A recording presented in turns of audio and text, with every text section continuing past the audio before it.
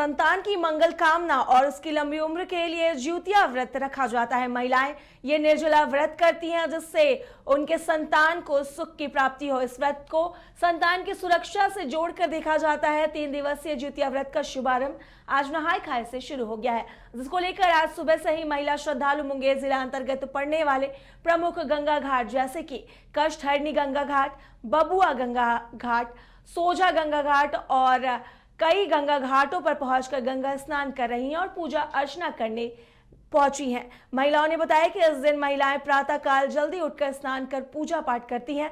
जिनका घर गंगा नदी के आसपास होता है वो गंगा नदी में स्नान करती हैं। 3 दिन के इस व्रत में पहला दिन सप्तमी को नहाय खाए, दूसरे दिन अष्टमी को ज्योतिया निर्जला व्रत के साथ कथा श्रवण करती हैं और तीसरे दिन नवमी को वो पारण करती हैं।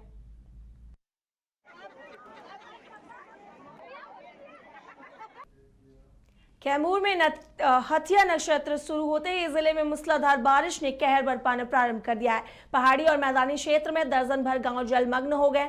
वहीं दुर्गावती नदी लगातार उफान पर है। नदी के उफान का असर जिला मुख्यालय भभुआ में भी देखने को मिला है। नदी किनारे सटे कई मकान जलमग्न हो गए। ग्रामीण और शहरी क्षेत्र में भी बारिश का कहर देखने को मिला। शहर के कई मोहल्लों में जल जमाव की स्थिति बनी है और मोहनिया थाना क्षेत्र के अमरपुर गांव में भी जल जमाव के दृश्य देखने को मिले। वहीं नदी का जल स्तर बढ़ने से नदी किनारे बसे लोगों के मकान में पानी प्रवेश कर गया है और लोग छतों पर शरण लेने को मजबूर हैं।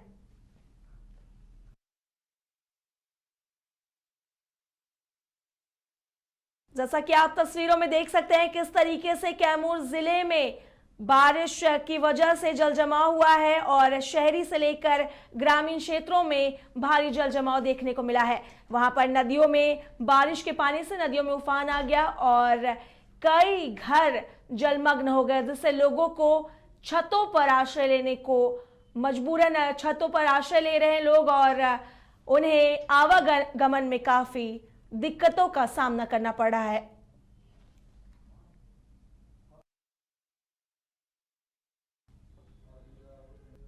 1 अक्टूबर को बिहार में सिपाही भर्ती के लिए लिखित परीक्षा हुई थी।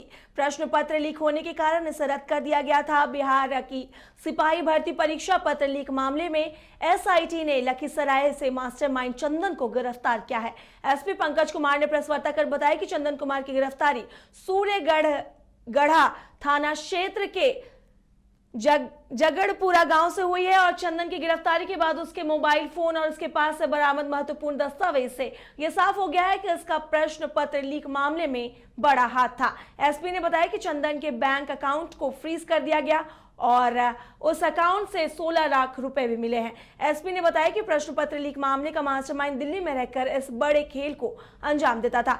इस मामले में 13 लोगों को परीक्षा के दिन ही पकड़ लिया गया था, जिसके बाद वो जेल भेज दिए गए थे। अभी तक 14 अभियुक्त की गिरफ्तारी के साथ साथ पूरे मामले में 18 मोबाइल फोन, माइक्रो प्रिंटर 2, 4 पहिया वाहन 5, उत्तर सीट और परीक्षा से संबंधित 4 पन्ने का महत्वपूर्ण दस्तावेज बरामद किया गया है। जगरपुरा निवासी चंदन ने महत्वपूर्ण जानकारियां पुलिस को दी है कि वो किसके इशारे पर यह काम कर रहा था। इस पूरे घटना के बारे में उसने अपनी संलिप्तता स्वीकार की है। हालांकि पुलिस का अनुसंधान जारी है। पुलिस इसे अभी न्यायिक हिरासत में भेज रही है। अग्रतर अनुसंधान के लिए शीघ्र ही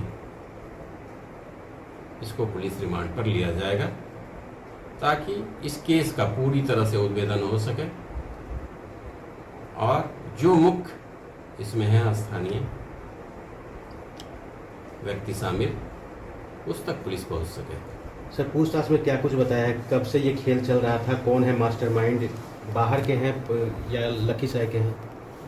अभी तक जो पूछताछ हुई है या फिर जो दस्तावेज मिले हैं उससे स्पष्ट हुआ है कि इसमें कई एक आदमी शामिल है।